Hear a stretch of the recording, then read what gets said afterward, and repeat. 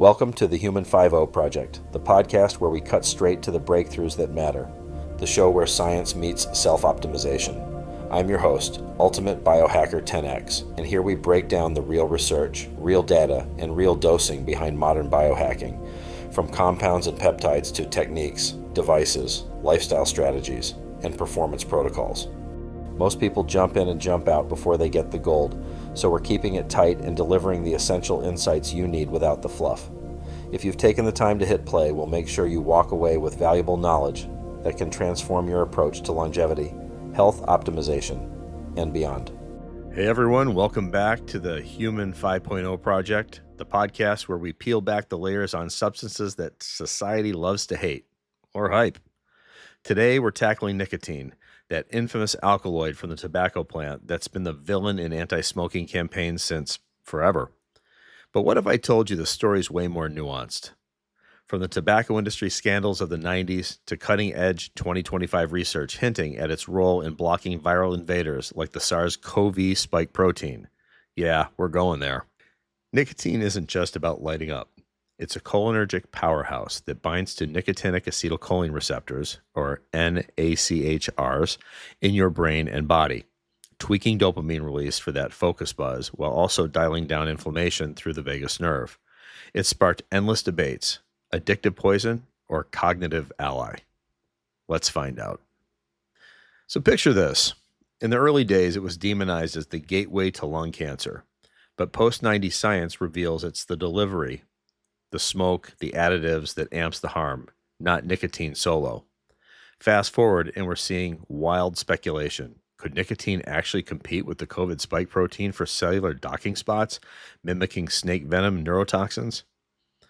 Recent studies, like a 2023 Nature paper, show nicotine pre-exposure slashing SARS-CoV-2 RNA in mouse brains by downregulating key receptors, potentially shielding against cytokine storms. And a 2024 review floats the idea that nicotine might elbow out the virus from surface bindings, reducing entry risks. We'll unpack the addiction myths, FDA label fights, and this receptor rivalry that's got biohackers buzzing. Why care? Well, if you're quitting smokes, microdosing patches for ADHD, or just curious about longevity hacks, this episode flips the script. We'll draw from 30-plus years of peer-reviewed gold, Surgeon General reports to fresh PNAS experiments without the fluff. Buckle up. By the end, you'll see nicotine not as a monster, but a molecule with serious therapeutic street cred. Hit play, grab notes, and let's dive into the 90s research explosion that changed everything. All right, let's time travel to the 90s. Baby Got Back? Gonna Make You Sweat? Had to give a shout out to Sir Mix-a-Lot and CNC Music Factory. Anyway, the 90s, that pivotal decade when nicotine went from a casual vice to public health enemy number one. It kicked off with the 1988 Surgeon General's report laying the groundwork, but the 90s cranked it up. Breakthroughs in neurobiology nailed how nicotine hijacks the brain's reward pathway. Studies like Anthony et al. In 94 pegged lifetime dependence at 20 to 24% among U.S. adults, higher than cocaine or alcohol, via dopamine surges in the nucleus accumbens. Candle and Chen's 2000 work showed a dose-response curve. Even one cig a day ramps risk linearly, tying it to withdrawal symptoms like irritability and cravings. The bombshell? The 1998 Master Settlement Agreement cracked open Big Tobacco's vaults, exposing additives like pyrazines that jazz up nicotine's appeal, making cigarettes way stickier than pure alkaloid. By 1999, 57 million U.S. smokers underscored the grip, but hints emerged. Nicotine's effects were milder, more habit-driven than opioid-level chaos. By 1999, 57 million U.S. smokers underscored nicotine's cultural grip, but hints emerged. Nicotine's effects were milder, more habit-driven, more ritual-dependent than opioid-level chaos. Researchers began distinguishing pharmacologic dependence from behavioral dependence. The 2000s then shifted gears toward multifactorial addiction models. The 2001 IOM report called nicotine highly addictive, but simultaneously stressed that behavioral cues and genetics were equal culprits, relapse often driven by rituals, not just chemistry. World Health Organization's 2003 framework confirmed withdrawal's reality, but noted it's tame compared to heroin, cocaine, or benzodiazepines. In animal studies, self-administration was inconsistent. Rodents readily self-administer cocaine or opioids, but pure nicotine required sensory cues, smoke-associated smells, or flavorants to become reinforcing.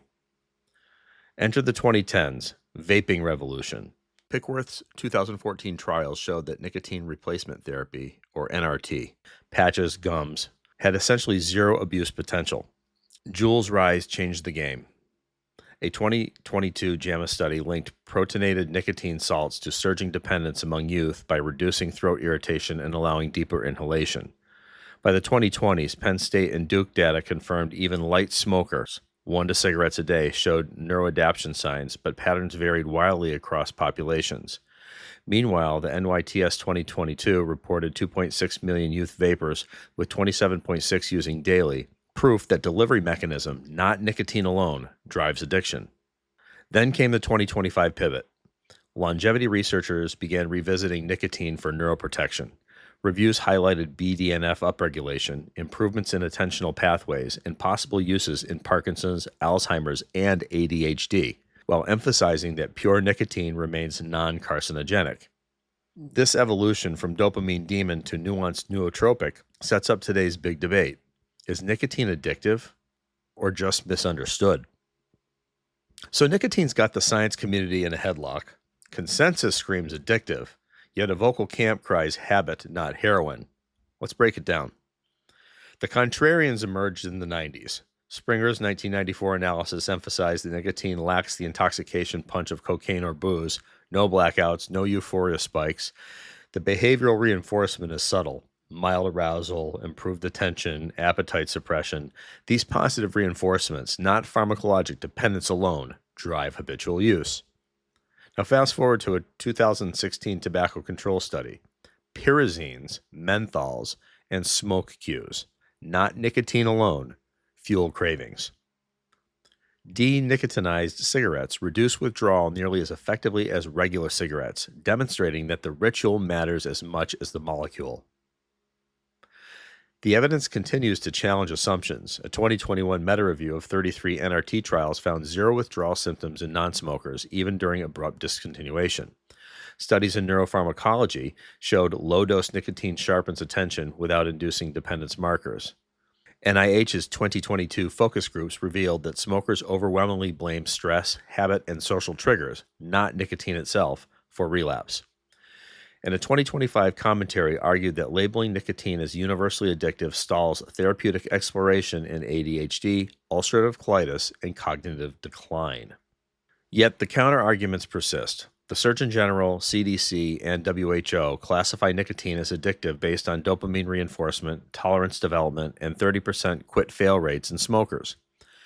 Critics argue that nicotine addiction is partly policy inertia, born from anti-tobacco victories in the 90s rather than nuanced biochemical distinctions. Today's biohackers view nicotine differently. Microdoses via lozenges or gum provide focus without tolerance creep, supporting the idea that context, not compound, determines addiction. So is nicotine addictive? In cigarettes? Absolutely. In isolation? The jury is split. The FDA's war on nicotine labels is a 30-year saga. It began in 1996 when the FDA attempted to classify cigarettes as drug delivery devices. Yeah, can you believe that? Asserting that nicotine is addictive. Big Tobacco sued immediately. In 1998, SCOTUS ruled the FDA lacked the authority, but the public narrative was already cemented. Then came the 2009 Family Smoking Prevention and Tobacco Control Act. It mandated the now famous nicotine is an addictive chemical warning. Courts spent years debating graphic warning labels. A 2024 Supreme Court decision upheld FDA authority but required revisions to label images deemed overly sensational. Controversy deepened with the rise of vaping. Juul's nicotine salts triggered congressional hearings in 2019. The FDA argued that their 5% pods delivered nicotine more efficiently than cigarettes, masking harshness and increasing addiction potential. Critics pointed out that the FDA failed to distinguish between nicotine as a molecule and nicotine delivered via ultra-rapid aerosol, a key nuance when evaluating risk. By 2025, FDA labeling remains under scrutiny. Researchers argue the blanket addictive label oversimplifies nicotine's pharmacology and undermines therapeutic investigation. Vape advocates claim it discourages harm reduction. Meanwhile, public health leaders insist it protects youth from a new nicotine epidemic. In the end, labeling remains political, less about biochemistry and more about balancing harm reduction with public safety. Now the juicy frontier. And we can thank Dr. Artis for pushing the boundaries on this and getting it into the public sphere and talked about over the last number of years. Nicotine's rumored cage match with the SARS-CoV-2 spike protein. That's what we're going to talk about. It stems from the nicotinic hypothesis, originally proposed by Shango in 2020 PNAS. They observed toxin-like motifs in spike's receptor binding domain, resembling alpha neurotoxins found in cobra and krait venom. These motifs could theoretically bind N-acetylcholine receptors, especially the alpha-7 subtype, suggesting SARS-CoV-2 might use these receptors as cofactors along ACE2. The snake venom tie-in? It's real. The PRRA furin site and adjacent regions show homology and bungarotoxin-like peptides. In 2023, an ACS chemical neuroscience study showed Spike's S12 motif competes for chaperones like RIC3, reducing surface expression of alpha-7 and acetylcholine receptors, critical for anti-inflammatory vagus signaling. Nicotine in simulations counteracted this effect by stabilizing receptor conformation. A 2021 food and chemical toxicology in silico docking study showed nicotine disrupts spike alpha-7 binding interfaces, suggesting a potential protective mechanism. By 2025, reviews dubbed this spikeopathy, where spike proteins impair cholinergic pathways similar to snake venom, with nicotine acting as a possible functional antagonist. Then we have the 2023 Nature mouse study. Nicotine pre-exposure reduced SARS-CoV-2 brain RNA threefold and lowered lethal cytokine storm markers. Mechanism? Downregulation of chRNA7, the alpha-7 subunit gene, and modulation of vagal anti-inflammatory pathways. A 2024 NIH review expanded on this, basically saying that nicotine may compete with spike proteins at membrane microdomains, limiting viral entry via the N-acetylcholine R-associated lipid rafts. But refutations exist. A 2022 PNAS experimental study found no orthosteric competition. Spike does not bind the same site as acetylcholine or nicotine. And a 2023 respiratory research paper noted that smoking upregulates ACE2, increasing infection risk. The truth?